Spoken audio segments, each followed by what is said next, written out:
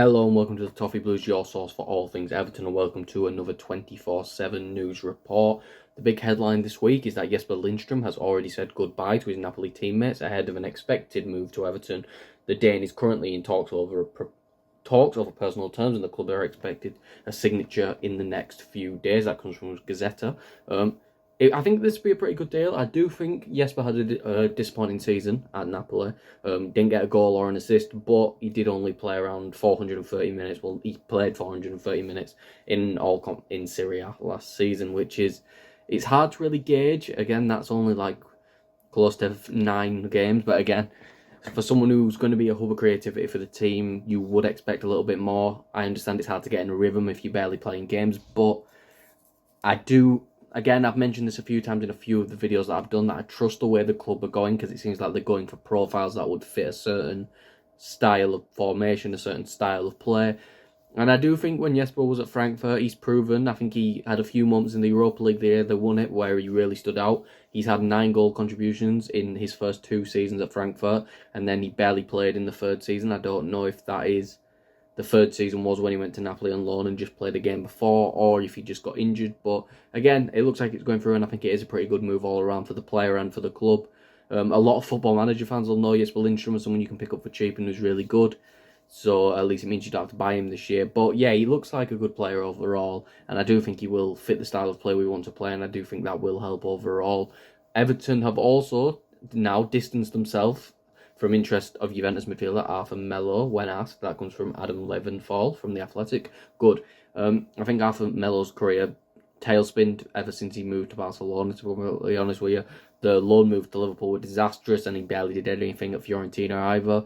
So I think bringing in someone who's just had no impact on the game of football in the last few years, whether that is because that is also injuries play a part in that. I do think Arthur Melo is a decent player, but I just think signing an injury-prone player who's probably on massive wages on loan is just, it's a silly move overall, and I just don't think it's something Everton should have even been considering in the first place, to be honest with you. Speaking of Juventus players, Everton are also in the race for Arkadiusz Milik. Everton hope to sell for up to €7 million, and that comes from Tuttosport on Twitter. I think this would be a pretty good move. Again, I think this is a great example of Everton looking for players based on a profile and how they can fit the team. Milik's big striker, 6'1", had around 5 goal contributions in 900 minutes, and a lot of people will know Milik as someone who's been a decent option for top-level teams in Italy and France, someone who comes off the bench and is able to score goals. Juventus, Marseille, I believe he got these big goals. Were at Ajax too. Napoli was where he had his best season. I believe he got 17 goals in the league in one season. But yeah, good.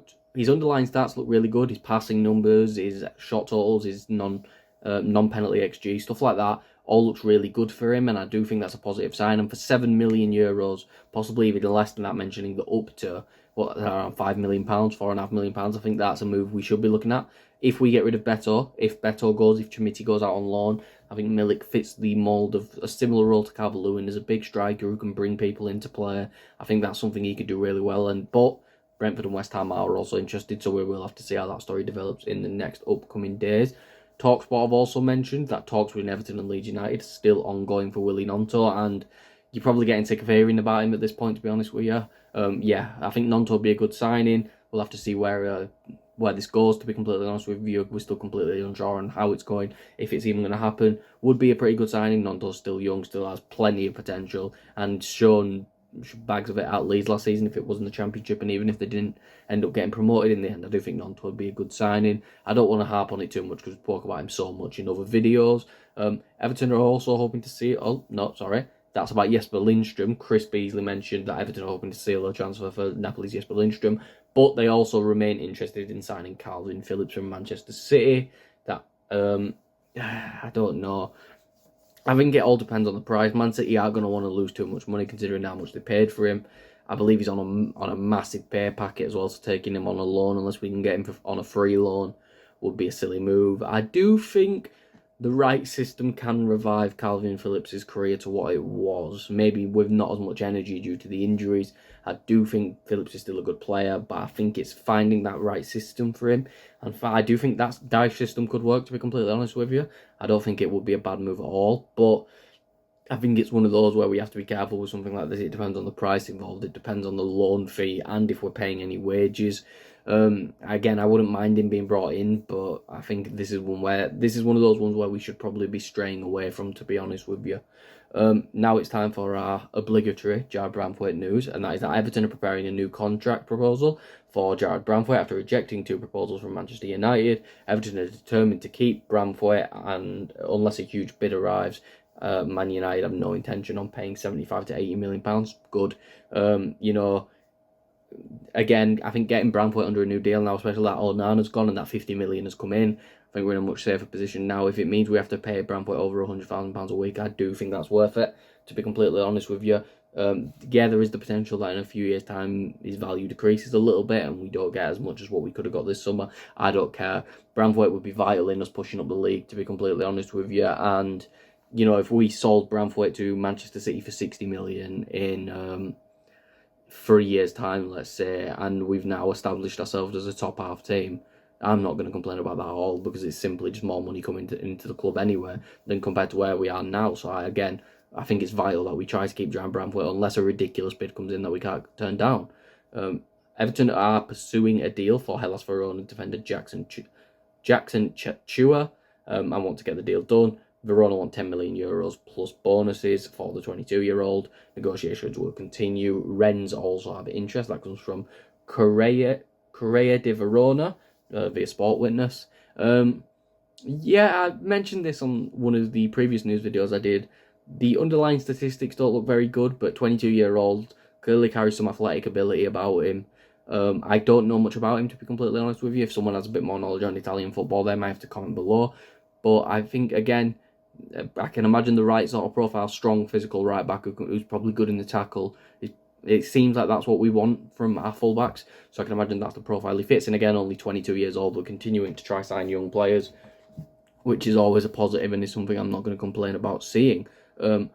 Now, onto our takeover news. The consortium headed by former LA Dodgers general manager Kevin Malone will make another bid to take over Everton in the coming weeks. That comes from Alan Myers. And again, great. Someone who has experience in sports and experience running a huge sports team in the LA Dodgers, one of the biggest teams, baseball teams in America. So again, someone who's got some experience, which is always good to know. I know football's a completely different sport, but again, it's nice to at least have someone with some knowledge of the sport in general possibly taking over, compared to a current owner who, to be honest, still shows signs that he barely knows what he's talking about. Now, there are also alternative investors that are ready to step in regarding a takeover at Everton. There is a rival US group yet to publicly declare their hand, and that comes from Mark Douglas. Again, don't be surprised to hear a lot of this in the upcoming weeks, ever since the Freaking Group takeover failed.